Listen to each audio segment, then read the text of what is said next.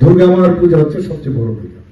সেই ফেস্টিভ্যালটা সবাই মিলে আমরা ভালো চিন্তা ভাবনা করে এখানে অনেক জিনিস যারা যারা মানে যেসব সমস্যাগুলো বলছে।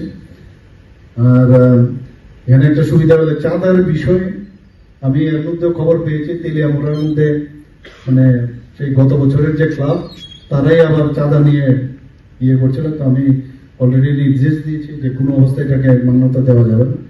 এখন আমাদের এখানে সবাই বুঝে গেছে কিভাবে চাঁদা দিতে হয় আবার কিভাবে চাঁদা নিতে হয়। তো এর মধ্যে এখন আগের মতো কিন্তু অবস্থাটা নেই, অনেকটা কোর্ডিয়ালও হয়ে গেছে। এই কোর্ডিয়াল অবস্থার মধ্যে যদি সুন্দরভাবে হয় তাহলে যদি কমপ্লেন না আসলে, কারণ এখানে সাংবাদিকরা বসে আছে, কিন্তু যখন হবে এরা ফলো করে বলবে চাঁদা ক্লাব নিচ্ছে, এটা যেন সমস্যা আমাদের সরকারের। তো এই যে বিষয়টা যাতে এরা না লিখতে পারে, আপনাদের কাছে অনুরোধ যে আপনারা এমন একটা সুন্দর একটা পরিবেশ করুন যাতে এগুলো পত্র পত্রিকায় না আসে, তাহলে সব দিক দিয়ে বেটার হবে। আরেকটা যেটা